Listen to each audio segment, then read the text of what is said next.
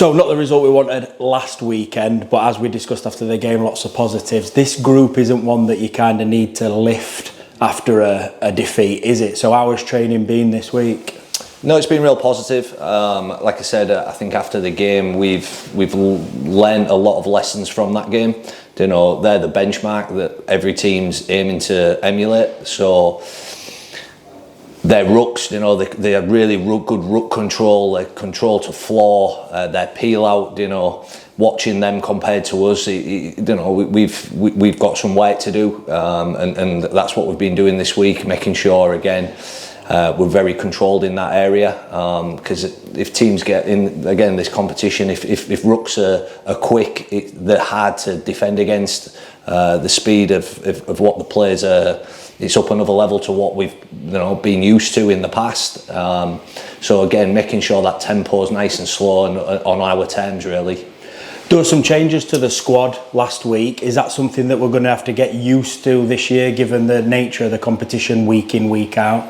I felt that it was an opportunity as well to give some boys some game time. You know, Tyler hadn't played for a number of weeks. The rest of the boys was in a similar situation, so I thought it was a good opportunity to give them a really good hit out and give them an opportunity to put their name forward for for the following weeks. And be ready for when we need them.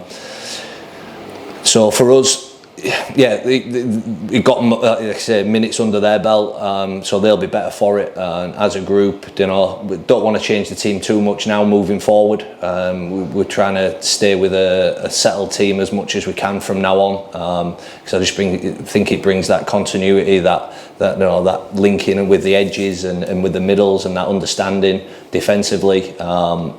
It just helps. So as much as we can, we'll injuries apart, we'll try and stick with the 17 as much as we can. Featherstone, a lot of change happening at Featherstone, including even 24 hours, 48 hours away when we have to name the squads. Lots of changes to the squads week on week, lots of change in their camp throughout the entire pre-season. How difficult is it to prepare for games when we don't really know what to expect this weekend? No, it's looking at their squad, from what took the field against Bradford. You do your preview on that, week leading in, and they named the 21 squad, and they've got 4 dual reg players, 3 returning from from injury. So yeah, it's a complete different outlook. We'll have to adapt. That's just part and parcel of the game. So yeah, it'll be focusing on ourselves, on what we need to do well, and to go and get the result. And we're at the Eco Power again, another home game. Do you think it's benefited us having these couple of home games, or at least it's good to keep the fans close and ahead of what we hope is going to be a good season? Look, the atmospheres have been fantastic week on week. The crowds have got bigger each week, so no, it'd be fantastic to see another large crowd down there this weekend to get behind the boys.